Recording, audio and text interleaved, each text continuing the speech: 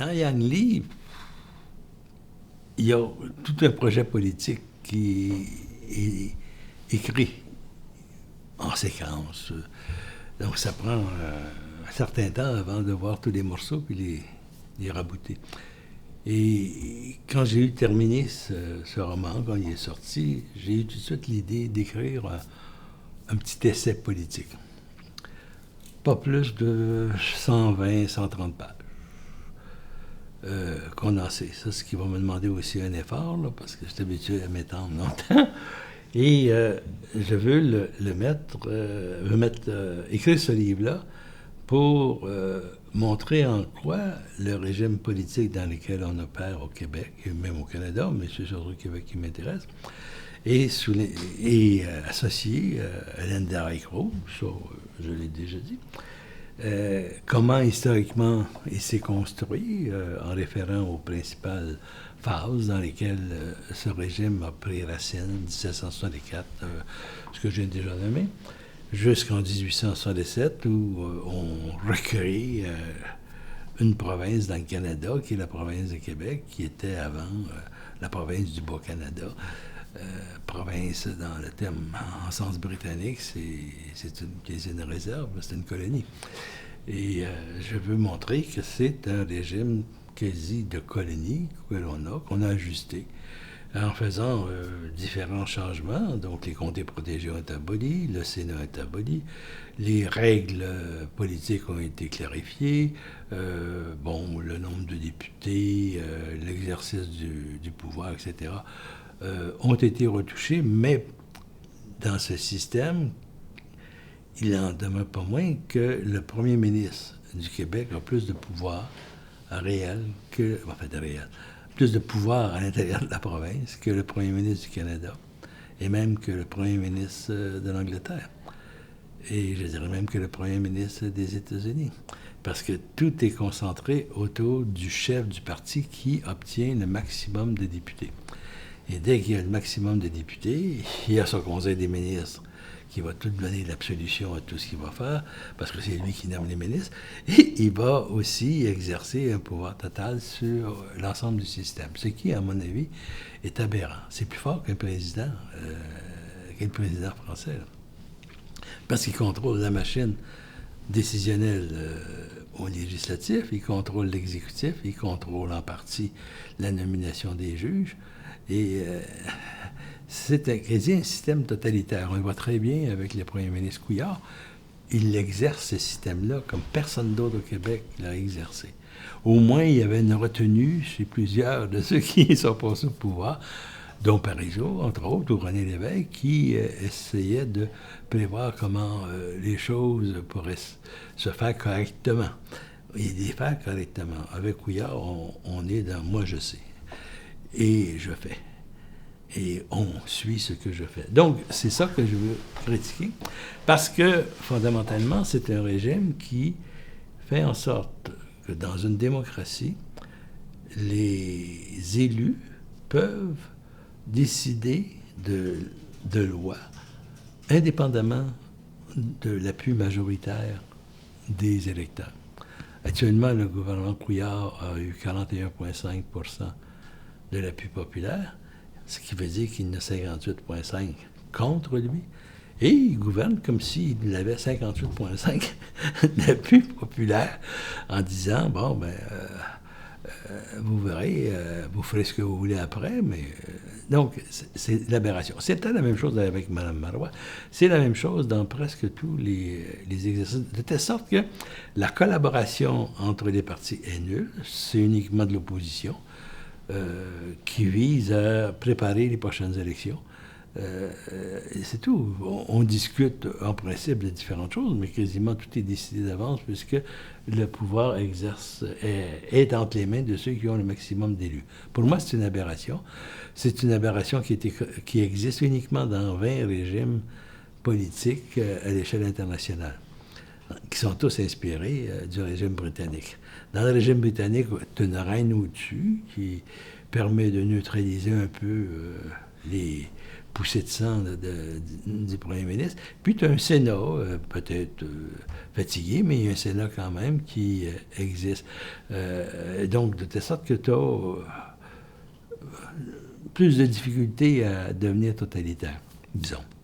Mais dans les 170 autres régimes, bon, il est évident qu'il y a des variations, il y a des régimes totalitaires, il y a des régimes fascistes et des régimes quasi-militaires, mais la majorité sont des régimes républicains avec une orientation, des mécanismes qui font qu'ils ont des élections sur des bases autres que celles-là.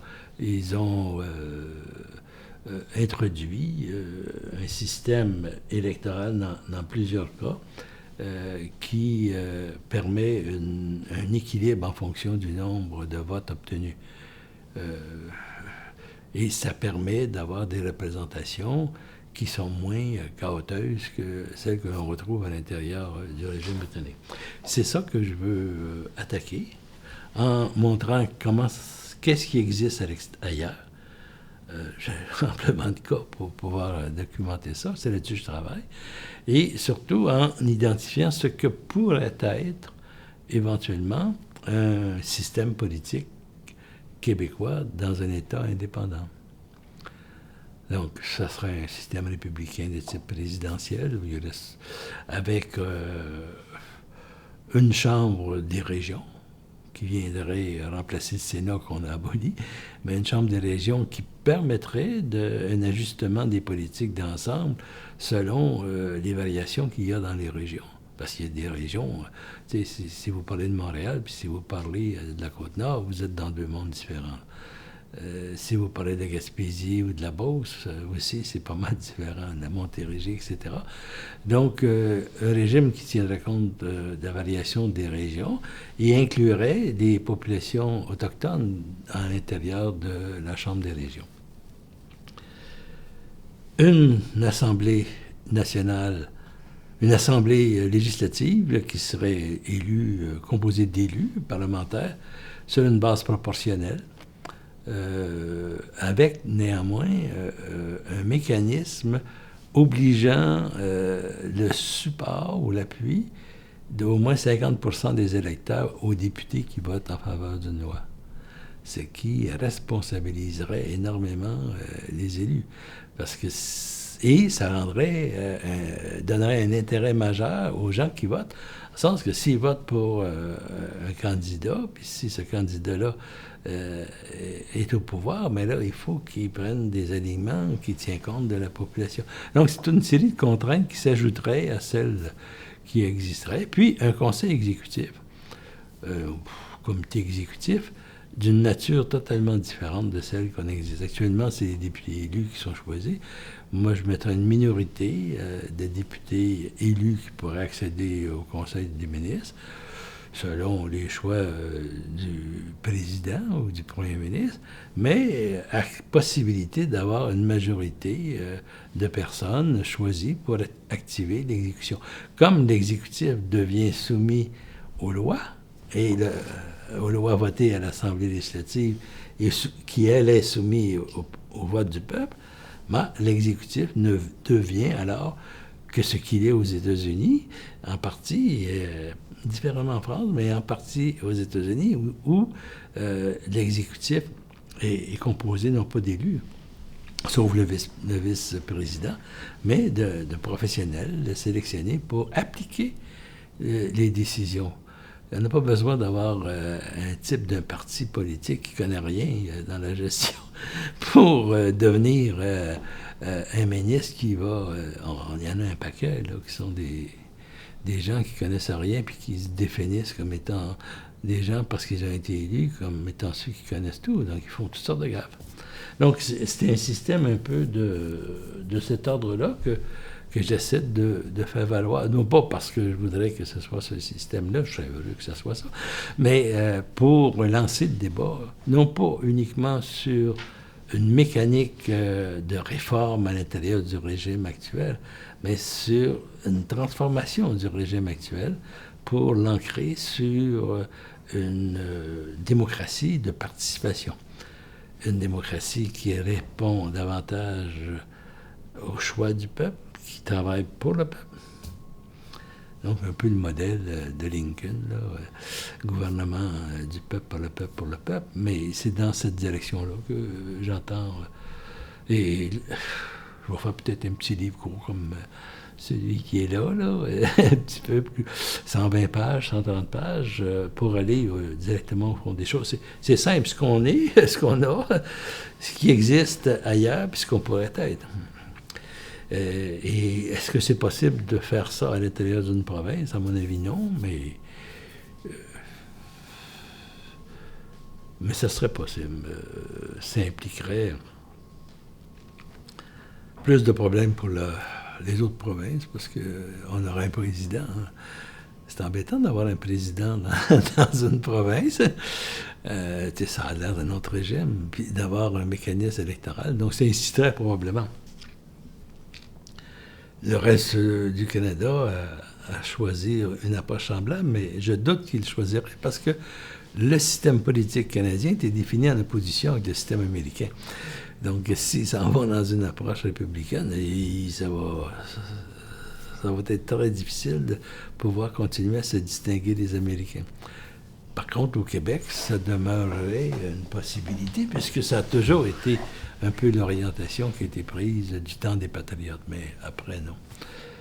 Donc, c'est un peu le genre de chantier que j'entends mener dans la prochaine année, parce que j'espère sortir ça en 2016.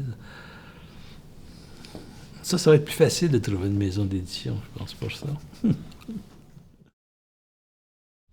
Donc, c'est évident qu'avec le prochain livre que je vais sortir, donc, je ne suis pas dans le champ de l'anthropologie en tant que tel, dans le sens que très peu d'anthropologues ont réfléchi, discuté ou fait des analyses comparatives des régimes politiques. Ça, c'est plus les gens en sciences politiques qui ont fait ça. Mais dans ma démarche à moi, ça demeure malgré tout une approche anthropologique, au sens où je traduis un système qui existe au Québec.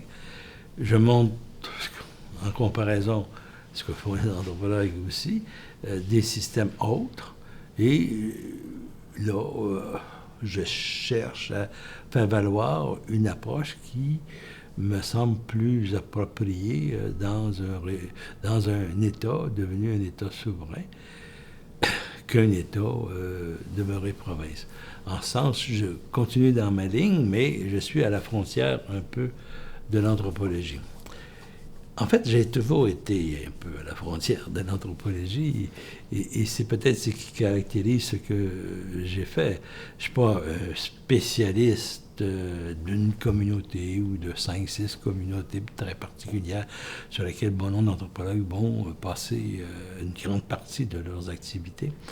J'ai plutôt cherché à comprendre en Désirade, qui est une petite île de la Guadeloupe, aux îles de la Madeleine, dans 3 petites villes québécoises.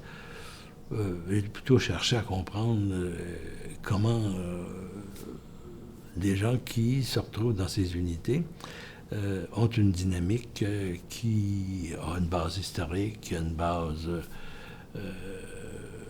culturelle, qui a une base sociale surtout, et comment tout ça aura un impact sur ce qui prend forme à l'intérieur de ces entités-là. Et pour moi,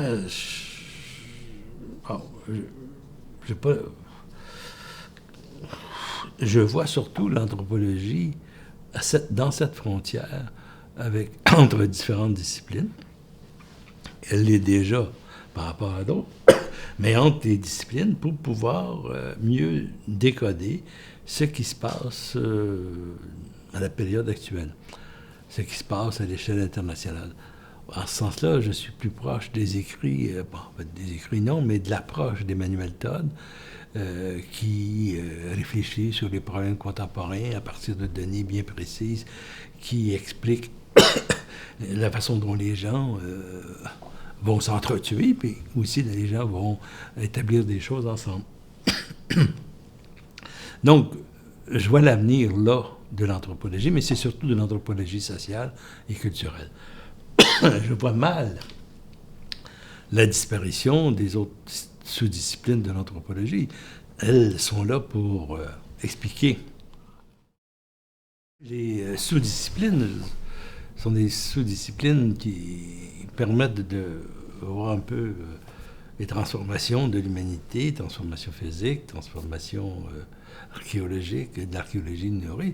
Ce sont des disciplines classiques de l'anthropologie qui vont demeurer, à mon avis, comme base un peu partout dans le monde pour...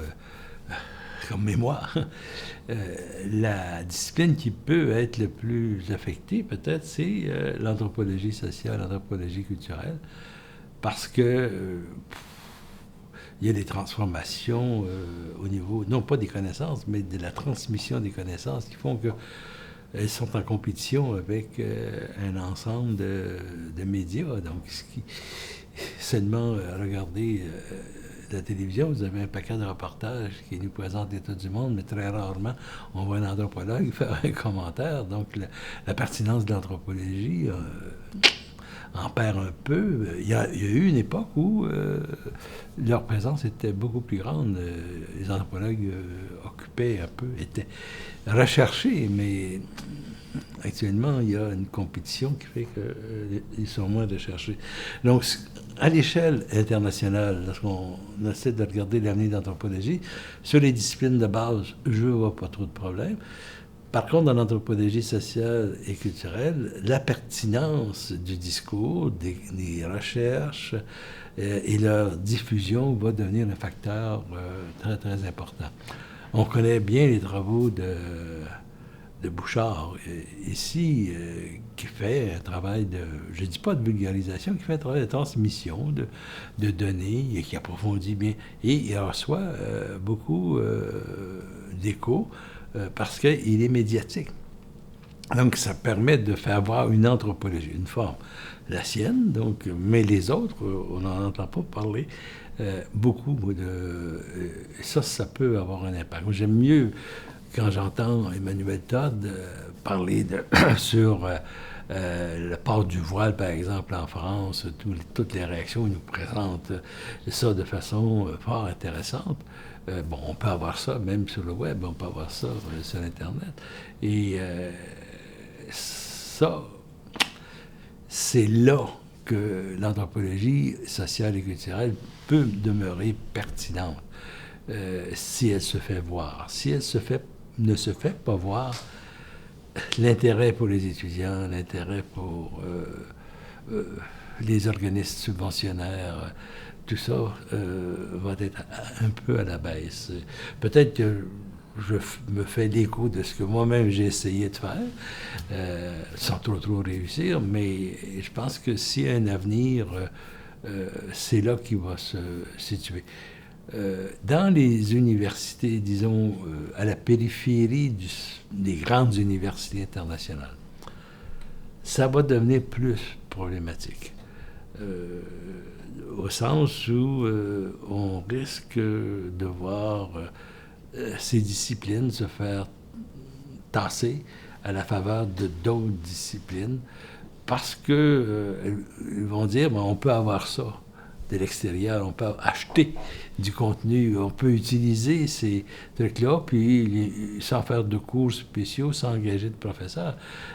Tout est dans le monde médiatique, dont tu peux utiliser, puis transformer ça pas en cours, mais en information qu'on peut capter si on en a besoin. Je lisais hier dans le Devoir qu'au Japon, on a décidé de couper les sciences sociales dans 28 universités sur 85. Je tombe, paf, économie budgétaire. Pourquoi? Pour développer plus ce que Freytag appelait le positivisme dans le monde de l'éducation, au sens où on ne travaille pas sur l'humanité, mais on travaille plus sur la technologie, sur le rendement, sur la formation quasi robotisée, etc.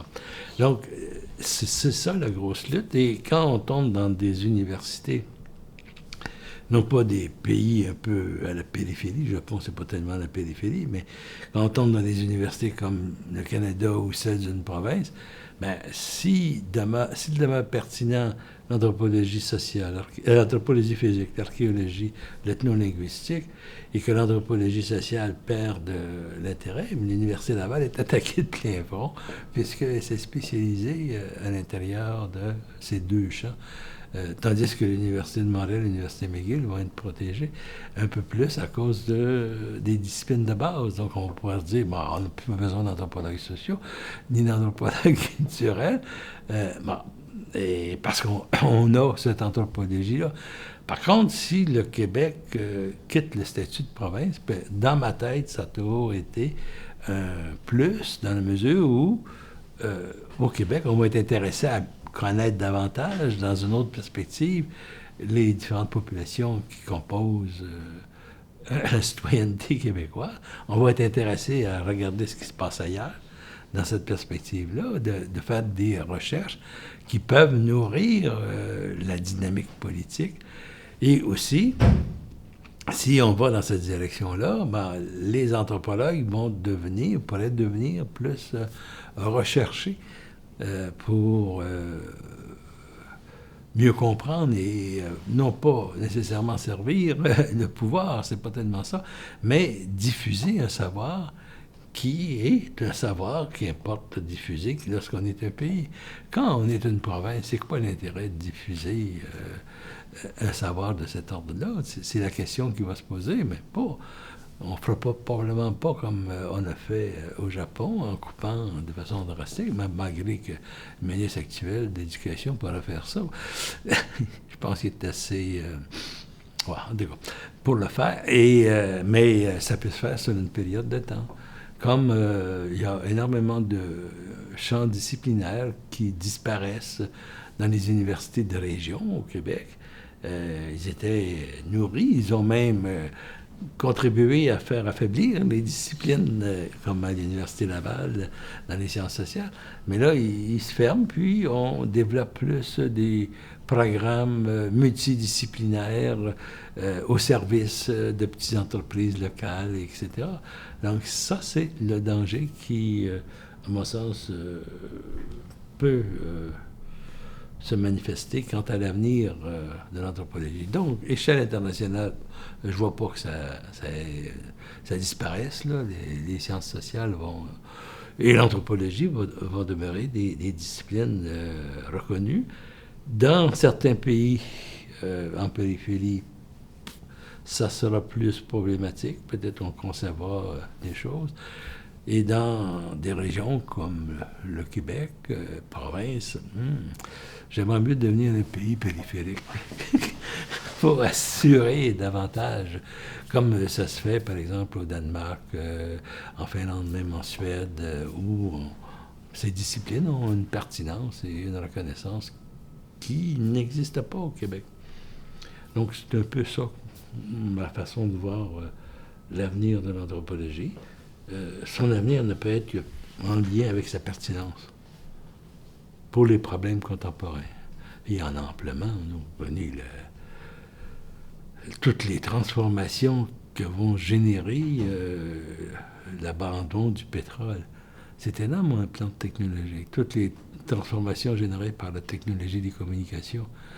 Il y a énormément de choses à faire comme recherche là-dedans. Et il y en a aussi...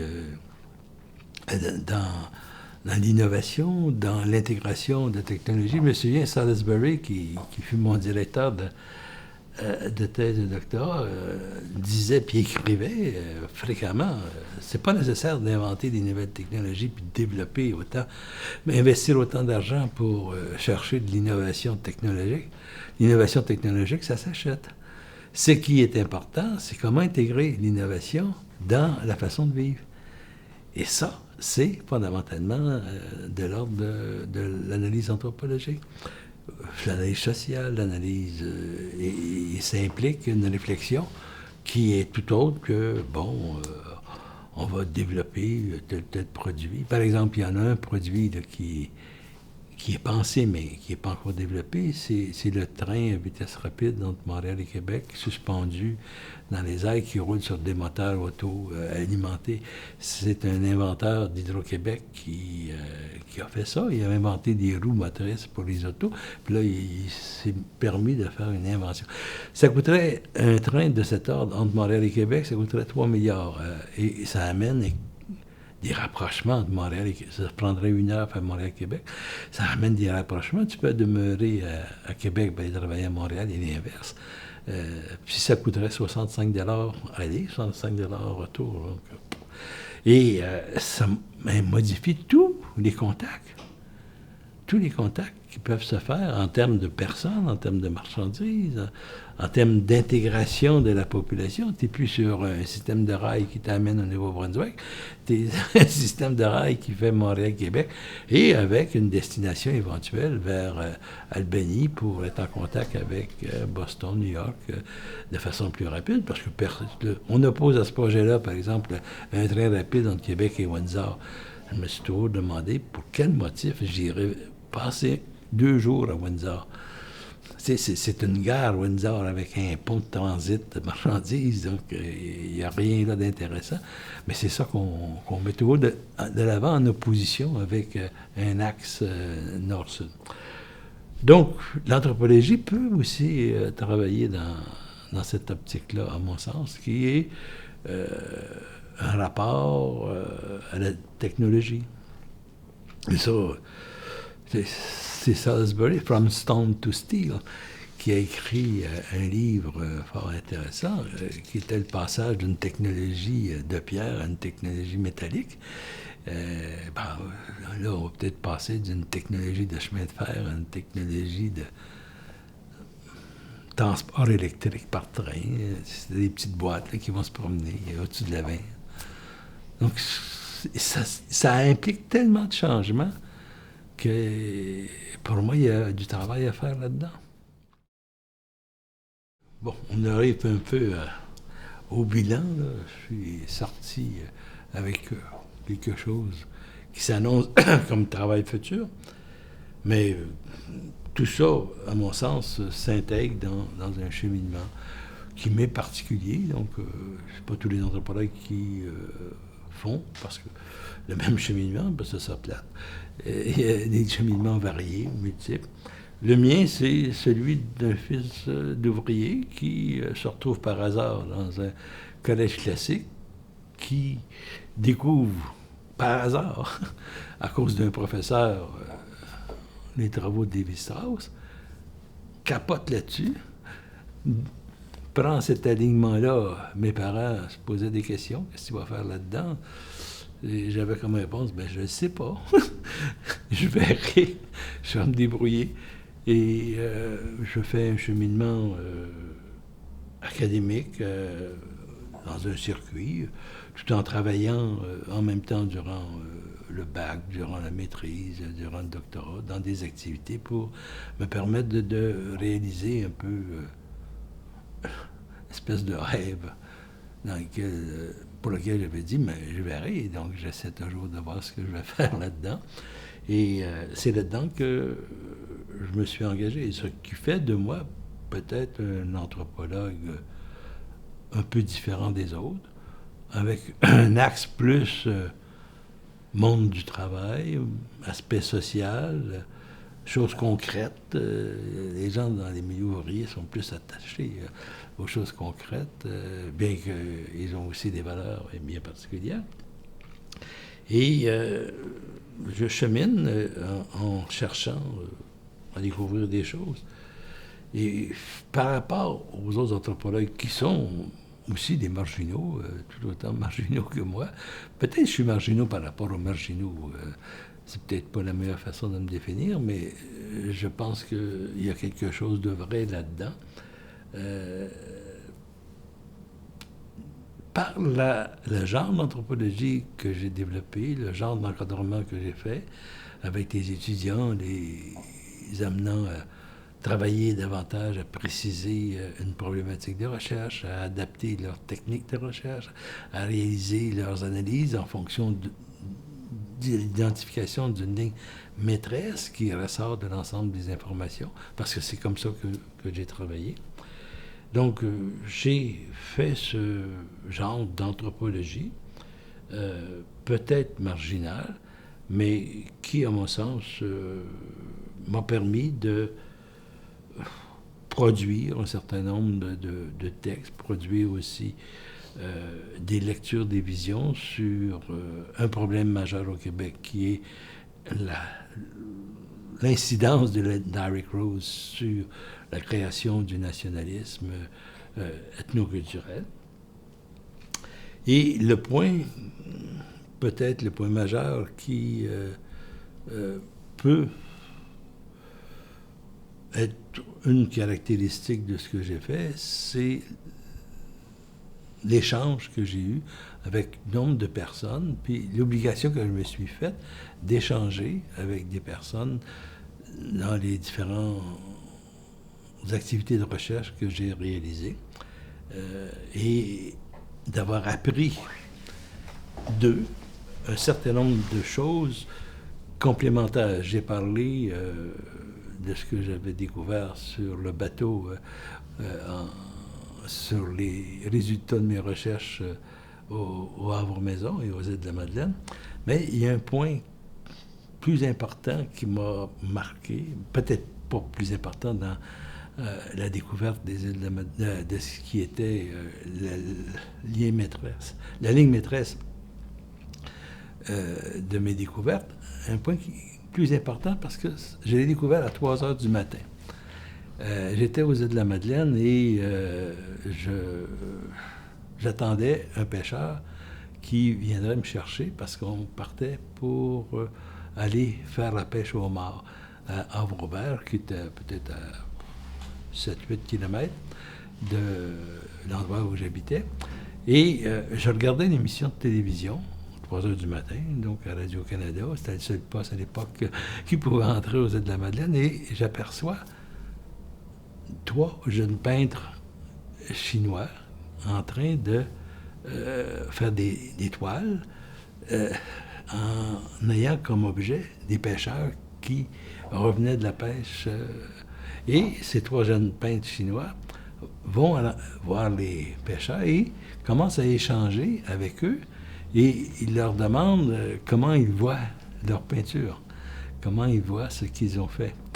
Et les pêcheurs font des commentaires aux peintres, et les peintres décident de retoucher leurs œuvres, et le lendemain, ils vont voir les pêcheurs, puis les pêcheurs sont très satisfaits. Donc l'échange qui s'est manifesté entre des créateurs d'objets, pêcheurs, peintres, et les pêcheurs, ça m'a influencé, je pense, dans mes activités comme anthropologue. Et ça m'a permis de probablement écrire de la cueillette à l'échange dans le livre « La passion de l'échange » que Serge Genet a piloté. Et c'est peut-être ça qui caractérise le plus ce que je fais actuellement, mon désir d'échange, mon désir de faire des portraits, puis d'avoir des réactions sur ce que je fais. Donc, ça peut me résumer ce qu'est Claude Bellito, anthropologue.